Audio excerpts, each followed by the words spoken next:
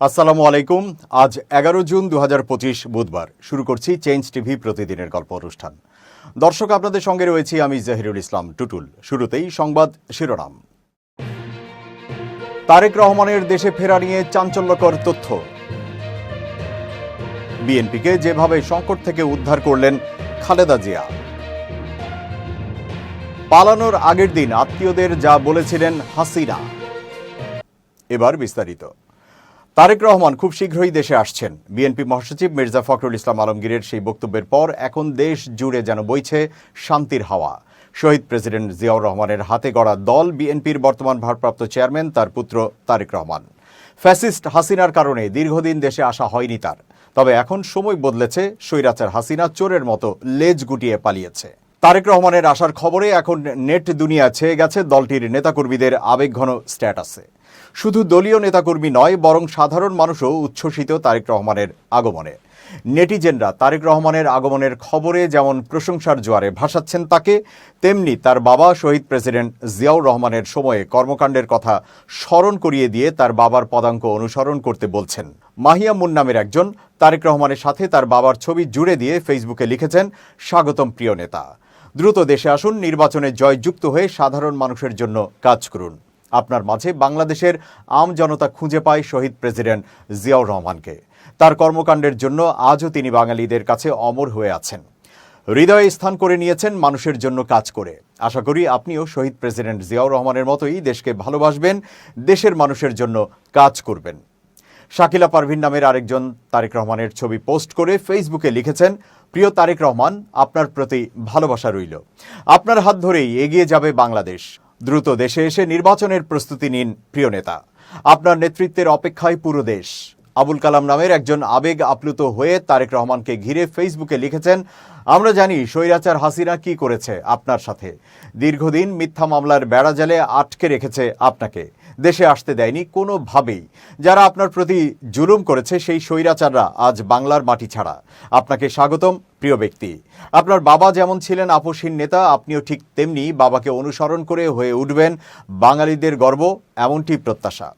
সম্প্রতি গুলশানে বিএনপি চেয়ারপারসনের কার্যালয়ে সাংবাদিকদের এক প্রশ্নের জবাবে বিএনপি মহাসচিব মির্জা ফখরুল জানিয়েছেন, তারেক রহমান শিগগিরই দেশে ফিরছেন। তবে কবে নাগাদ দেশে ফিরবেন তারেক রহমান তা নিশ্চিত করে বলেননি তিনি। তার এই খবরেই এখন দেশ জুড়ে চলছে আনন্দ জোয়ার। কোথাও কোথাও মিষ্টি বিতরণের খবরও পাওয়া গেছে ইতোমধ্যে।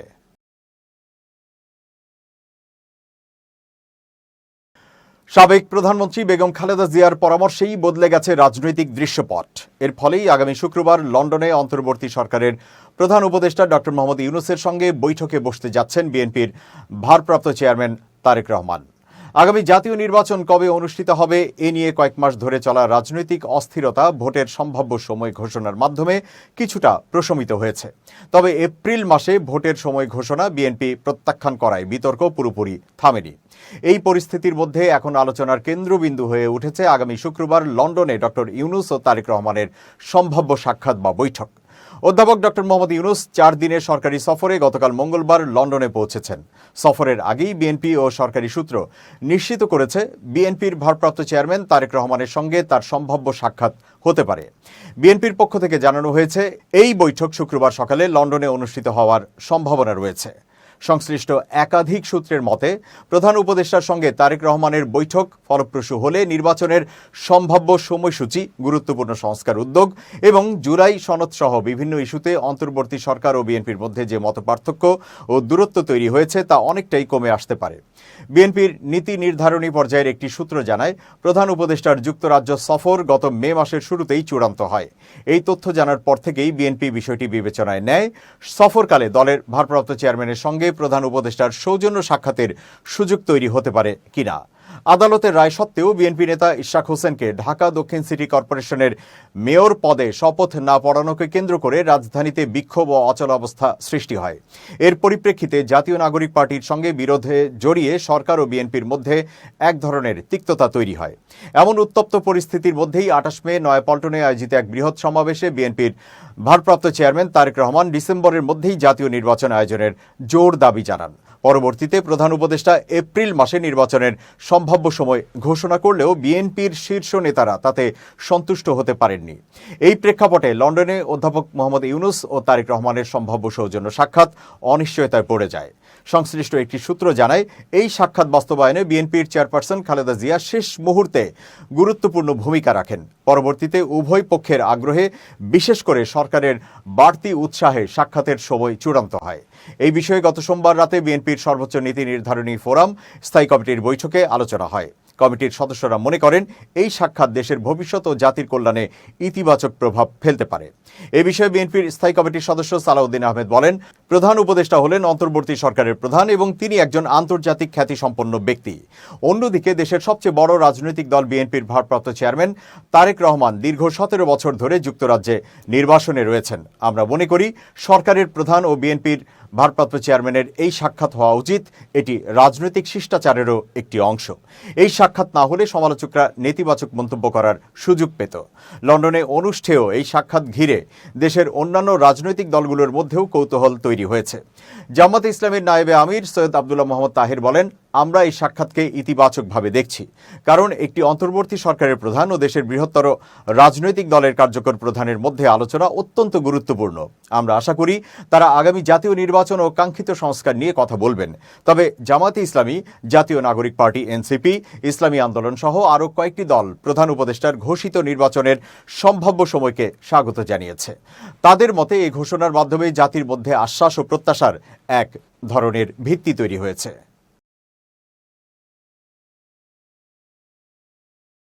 5 আগস্ট সরকার পতনের আগেই নিজের আত্মীয় স্বজনদের বিশেষ বার্তা দিয়েছিলেন তৎকালীন প্রধানমন্ত্রী শেখ হাসিনা।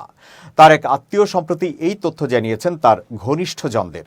তাদের একজন জানিয়েছেন, দেশ ত্যাগ করতে না পারলে এখন তাকে জেলে থাকতে হতো। তিনি জানান, বিদেশে অবস্থানরত ওই ব্যক্তি ক্ষমতাচ্যুত আওয়ামী সরকারের একজন প্রভাবশালী দায়িত্বপ্রাপ্ত কর্মকর্তা এবং সাবেক সংসদ সদস্য ছিলেন। তিনি শেখ হাসিনার দাদা শেখ লুৎফুর রহমানের পক্ষের একজন আত্মীয়। সূত্র জানায়, গত বছরের 4 আগস্ট কারফিউ চলাকালেই মোবাইল ফোনে নির্দেশনা পেয়ে তিনি পরিবারের সদস্যদের সঙ্গে দেশ ত্যাগ করেন এবং অস্ট্রেলিয়ায় আশ্রয় নেন। ওই আত্মীয় জানান, শেখ হাসিনা শুধুমাত্র বঙ্গবন্ধু পরিবারের সদস্য ও নিকটাত্মীয়দের দেশ ছাড়ার নির্দেশ দেন। তাদের একটি হোয়াটসঅ্যাপ বার্তা পাঠান তিনি, যাতে লেখা ছিল, নো ওয়ান স্টে হিয়ার। এই বার্তার অর্থ বুঝতে কারো সময় লাগেনি। এটি ছিল দেশত্যাগের চূড়ান্ত নির্দেশ। সূত্র আরও জানায়, আওয়ামী লীগের কোনো নেতা বা অন্য কারো প্রতি এমন বার্তা পাঠাননি শেখ হাসিনা।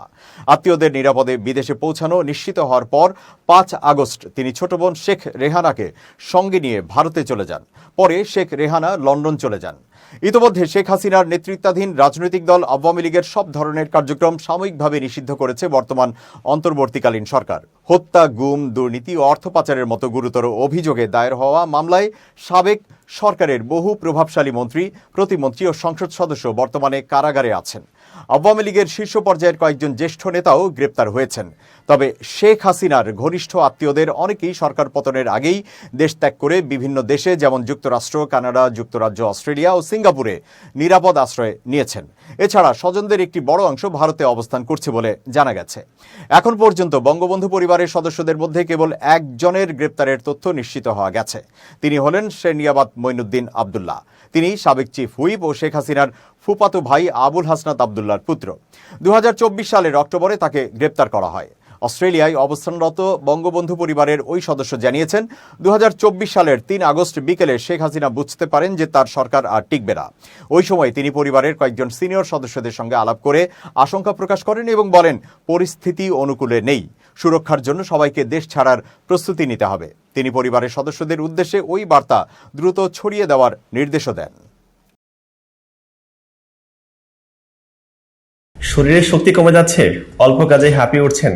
ডায়াবেটিস মানে কি জীবনের গতি থেমে যাওয়া? একদমই না।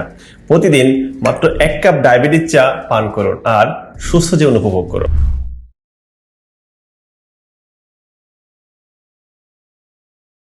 বিএনপির সিনিয়র যুগ্ম মহাসচিব রুহুল কবির রিজভী বলেছেন, গোটা জাতি আজ লন্ডনের দিকে তাকিয়ে আছে। প্রধান উপদেষ্টা ডক্টর মোহাম্মদ ইউনূস ও বিএনপির ভারপ্রাপ্ত চেয়ারম্যান তারেক রহমানের মধ্যে যে বৈঠক হবে সেটি হবে ঐতিহাসিক বৈঠক। এই বৈঠকের মাধ্যমে দেশের রাজনীতিতে সুবাতাস বইবে বলে বিশ্বাস করি। তিনি বলেন, এরই মধ্যে ডিসেম্বরে নির্বাচনের যৌক্তিকতা তুলে ধরেছে বিএনপি। যৌক্তিক সময়ই নির্বাচন হবে বলে জাতি প্রত্যাশা করে। আলোচনার মধ্য দিয়ে নির্বাচন সহ সব সমস্যার সমাধান সম্ভব। বুধবার নয়াপল্টনে বিএনপির কেন্দ্রীয় কার্যালয়ে সাংবাদিকদের সঙ্গে মতবিনিময়ের সময় তিনি এমন মন্তব্য করেন। প্রতিবেশী রাষ্ট্রের কঠোর সমালোচনা করে রিজভী বলেন, প্রতিবেশী দেশ বাংলাদেশের প্রতি ভয়ঙ্কর বিদ্বেষ পরায়ণ হয়ে উঠছে। বিশেষ করে শেখ হাসিনার পতনের পর তারা হিংস্র হয়ে উঠেছে। বিদেশি তকমা দিয়ে প্রতিদিন পুশিন হচ্ছে, পায়ে পাড়া দিয়ে ঝগড়া লাগানোর প্রচেষ্টা করছে। সীমান্ত এলাকায় পুশিনের হিড়িক লেগেছে। বাংলাদেশ কি বর্জ্য ফেলার স্থান? প্রশ্ন রাখেন তিনি। দেশের লোককে বিদেশি বানিয়ে ভারত বাংলাদেশে পুশিন করতে চাইলে প্রতিবাদের পাশাপাশি প্রতিরোধ করবে বাংলাদেশ। ভারতকে মনে রাখতে হবে, অত্যাচার নিপীড়ন করে শেখ হাসিনাও টিকে থাকতে পারেনি, বলেন রিজভী। এবার খুব জরুরি 1 মিনিট জানাচ্ছেন ইউনেস্কো ক্লাব পুরস্কার বিজয়ী সাংবাদিক আমিরুল মোমিনিন মানিক। খুব জরুরি 1 মিনিটে প্রত্যেককে আমন্ত্রণ। প্রত্যেকটা সম্পর্ককে গুরুত্ব দিন। একজন মানুষকে কখনোই মূল্যহীন বা ফেলনা ভাববেন না। কে কখন আপনার জীবনে উপকারে আসবে তা আপনি আমি কেউই জানি না। অথবা ধরুন উপকারে নাই এলো, কিন্তু তিনি তো আপনার কাছ থেকে একটা সুন্দর হাসি বা ভালো ব্যবহার প্রত্যাশা করতে পারেন। আপনি কোনো মানুষের উপকারে না আসতে পারলেও তাকে দুটো পরামর্শ দিন, সুন্দর করে হেসে কথা বলুন, অথবা না করলেও সেটা বিনয়ের সঙ্গে বলুন।